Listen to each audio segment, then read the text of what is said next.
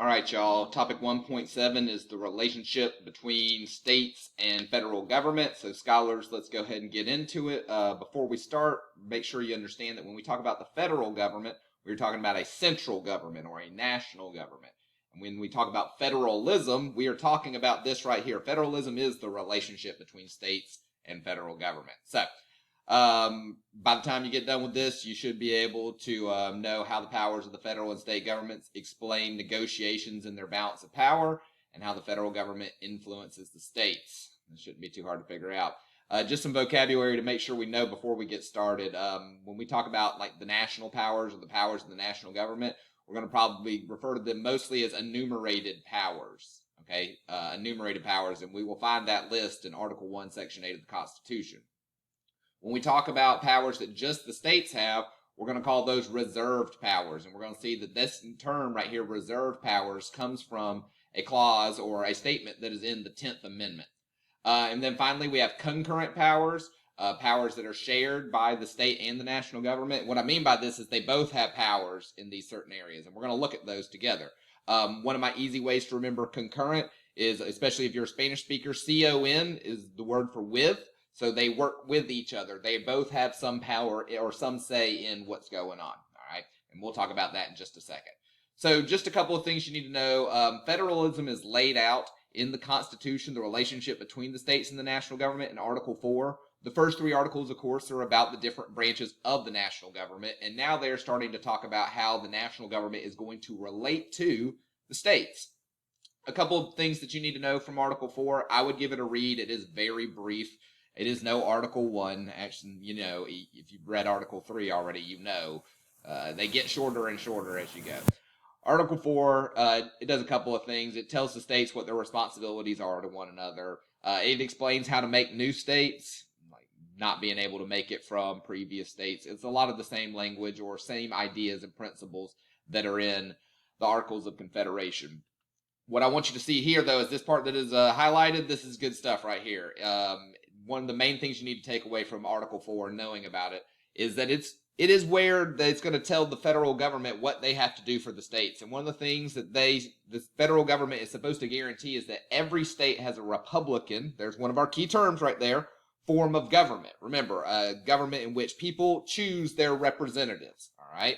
We built on that term Republican when we started talking about the different types of democracies and the different types of representative democracies, to be specific. It also says in there that they will protect, the national government will protect individual states from invasion, and it will also protect against domestic violence, okay? Domestic violence. This is a term right here that it means a lot different now than it did then, but this is the term right here that is kind of giving its little wink wink at old Shays' rebellion. Domestic meaning like within the state, and violence. So this is their term for almost like rebellions within the state. All right. Let's keep on going. Here's a reminder of the Bill of Rights. That's going to be important to know. Remember, these were the first 10 amendments to the Constitution. And we are about to focus specifically on number 9 and number 10. I will run through the hand gestures for you real quick. Remember, the first one is the RAPS, religion, assembly, petition, press, and speech. So for religion, you point up. Assembly, come here. Petition, yeah, I'll sign that. I want that to be different. Press, things that you're reading, and speech. Shh. All right. Right to bear arms, 2 fingers, gun, pew pew. Remember, don't use like the extra one or the bang bang. All right, it's just pew pew for number 2. Right to bear arms. No quartering of troops. All right. Number 4, no illegal searches and seizures. It's like knocking on a door. Number 5, it's no double jeopardy and not having to testify against yourself in court. We cover the mouth with our 5. Number 6, you got a lot of the due process in there, but the main one is the right to a speedy trial, knowing who's accusing you, having witnesses come on your behalf, etc. Number 7 is all about civil cases, person versus person, saying that if it's more than $20, then it gets to have a jury. Remember, $20 was a whole lot more then than it is now, but the amendment still stands. 8, no cruel and unusual punishment.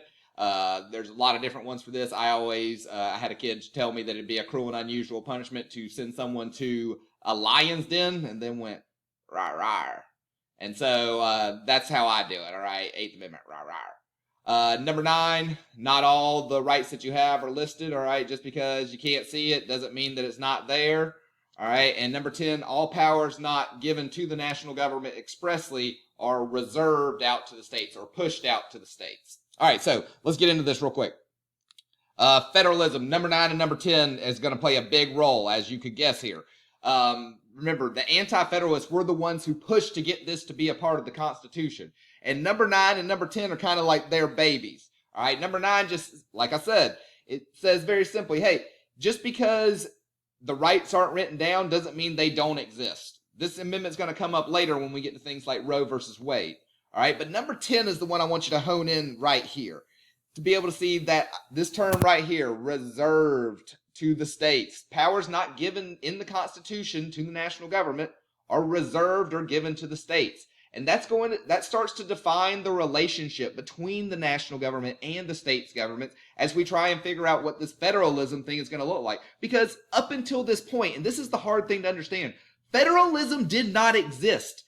The anti-federalists, when they're looking at this, they only see like a central government. They see this taking all the powers of the states. They cannot understand how it could possibly be that the states get to keep power under this new Constitution. And that's why they're freaking out, because they want the states to have power.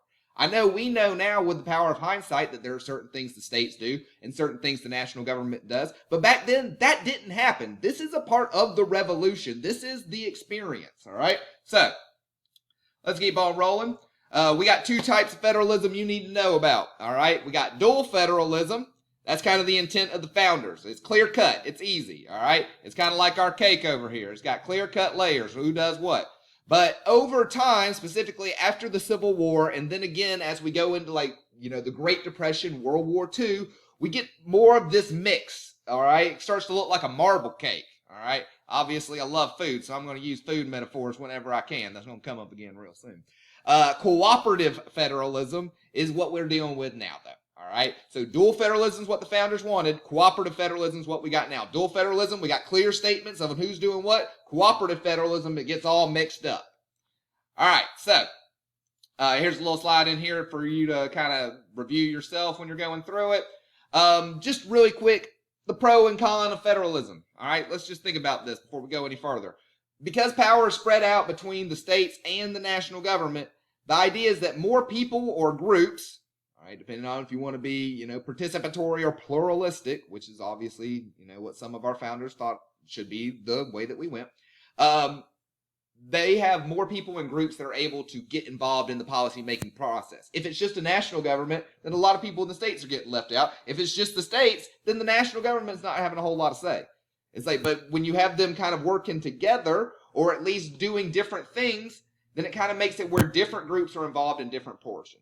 Now, here's the big problem. Whenever there's more people, we already know this. It slows things down. This is the big problem of pluralism. This is the big problem of the participatory democracy style or theory as well, is that the more people involved, it's going to make it more of a deliberate process. It's going to slow it down.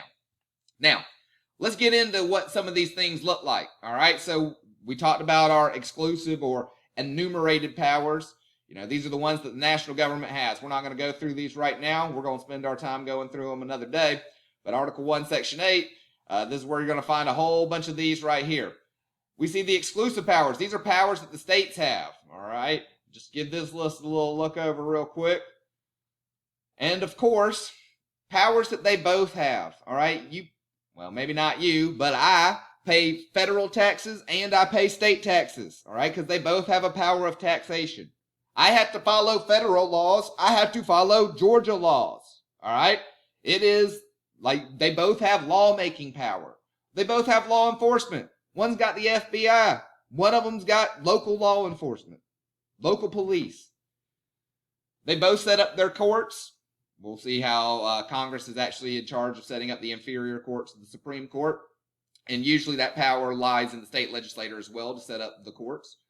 We'll talk about eminent domain at a later point too, and that's the ability for the government to seize property and compensate people for it so that it can be used for the quote public good. And we'll talk about chartering banks when we get to McCullough versus Maryland. This is the one I want to draw your attention to though, right here. We're talking about state powers. You see schools, all right? So y'all should know this by now. We've got a school board, All right, Clark County, local school. But we've also got the Georgia Department of Education that kind of oversees education in Georgia. But we've also got the dadgum Department of Education, whose secretary, Betsy DeVos, is in the president's cabinet. So who's in charge? I just showed it to you right there. It says it's a state thing. So why is there a Department of Education if it's a state thing? Well, let's talk about it. The reason that you're here, the reason you're in school, you're here to get a dadgum education. All right? Hopefully education can transform you and give you a better opportunity in life. But this is what I want you to see here is because it's a state thing, the way the national government usually gets involved is they start being like, well, would money change your mind? And the states are like, yeah. Because remember, the national government can pull from such a much bigger pool for money than individual states can. So when they start waving money around, the states are like, okay, well, listen, what's up? Now, you can look at these videos if you want to. These are funny videos about like money and stuff. I wish I could do these with you, but I can't do it online. We're going to talk about 3 of the main ways that money is used to influence the states. All right. First thing, categorical grants. Think about it. It's a category. The word matters. This is very simple. The national government is going to say, here's your money, and you've got to use it for this purpose. All right. For example, the national government provides money for, the special supplemental nutrition assistance program for women, infants, and children, or what we call WIC. All right. And this metaphor for some of you can see I'm thinking about food. You're given a recipe and the ingredients and told to make the cake. Now, you're told what to do and you're given the money to do it. That's one way they do it. Now, there's also block grants that the government gives out from time to time. And this is when they just give the states money and they're like, use it as you want to. All right. So this is kind of like if you go to the grocery store, they give you like a blank check. They're like, go and make yourself something nice. You just go and get what you need. Here's what you got. You got $200. Go get whatever you want. You can make whatever you want with it. All right. That's a block grant. Now, states love block grants. They're okay with categorical grants because they're getting the money. They love block grants because they're just getting the money and being able to do what they want to. Federal government doesn't do that too much. Unfunded mandates, however, these are not very popular with the states. This is telling states that they have to do something without fully funding it. All right? Pretty much saying like, here's the recipe, go buy the ingredients. Obviously, states are not going to be too happy about unfunded mandates. They happen. And you may be like, well, this seems like a little bit of a twist on federalism. And we'll talk about this a little bit in class. But an unfunded mandate is definitely one of those ones that has a little bit of tension on like federalism. All right. I've left you with another one of these things made by Miss Biggs. She helped us out.